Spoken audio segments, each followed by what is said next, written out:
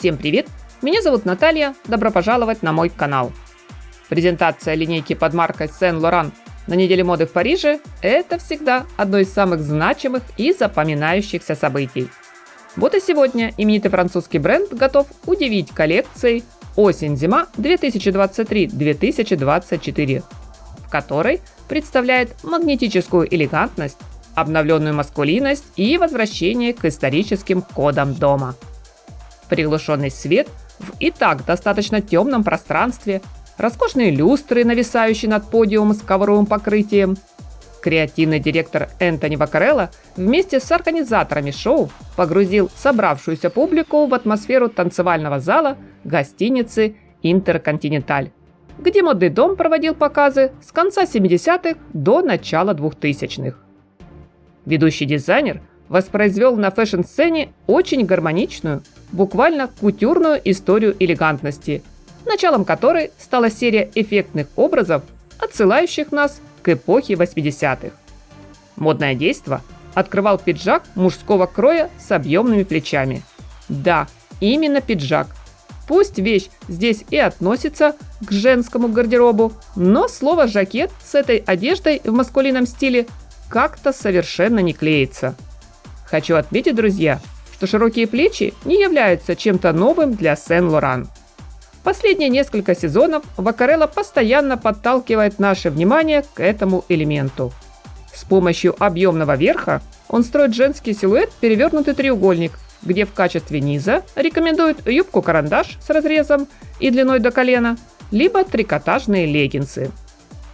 Обычно массивные формы приходят в моду, когда бремя времени становится совсем уж каким-то тяжелым, и чтобы удержать эту ношу, наших хрупких женских плеч совсем не хватает. Тогда, в 80-е, когда женщины стали настойчиво и уверенно претендовать на те же должности, что и мужчины, боролись за место в вертикали власти, как результат, в одежде появились широкие, объемные, заметные, громко кричащие о статусе плечи. И плевать, что они прячут фигуру, деловой женщине не пристало ее подчеркивать. Сегодня главная героиня Saint Laurent тоже явно готова подставить плечо потерявшему равновесие миру. Ее костюмы сшиты из тканей, обычно характерных для мужского гардероба. К примеру, из шерсти в узкую вертикальную полоску. К слову, без данного узора аура 80-х в коллекции была бы неполной. Да, модный образ получился сильным, внушительным, но не пугающим. Скорее строгим, но с явными нотами женственности, чувственной и соблазнительной. Этот момент на контрасте хорошо поддержали прозрачные топы и шелковые майки, где в последних привлекает внимание глубокий закругленный вырез. В отличие от V-образного, он выглядит мягче и в случае с Saint Laurent уравновешивает грубые линии пиджака. Элегантность. Вот о чем, по словам Ваккарелло, думал дизайнер, когда дело дошло до работы над линейкой на новый сезон. В комментариях Энтони отметил: «Я хотел создать что-то вокруг этой идеи, что-то более точное и сфокусированное». Очень возможно, кому-то из вас, мои дорогие зрители, коллекция вдруг покажется банальной выставкой пиджаков. Во всяком случае, в инете есть похожие комментарии. Но нет. Здесь в первую очередь только мода, без хайпа, излишней сексуальности и популизма. Такая, какой она и должна быть. При дальнейшем просмотре, друзья, обязательно обратите внимание на великолепные блузки как в классическом исполнении, так и в новой стилизации. Это и вариант с открытой спиной, и фирменная модель с бантом, концы ленты которого порой превращаются в длинный шлейф.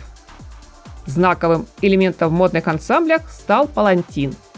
Девушки с роскошной накидкой из однотонной, либо клетчатой шерсти, кашемира, черного как смоль бархата, эластичной кожи или прозрачных тканей появились на подиуме ближе к финалу, произведя настоящий фурор.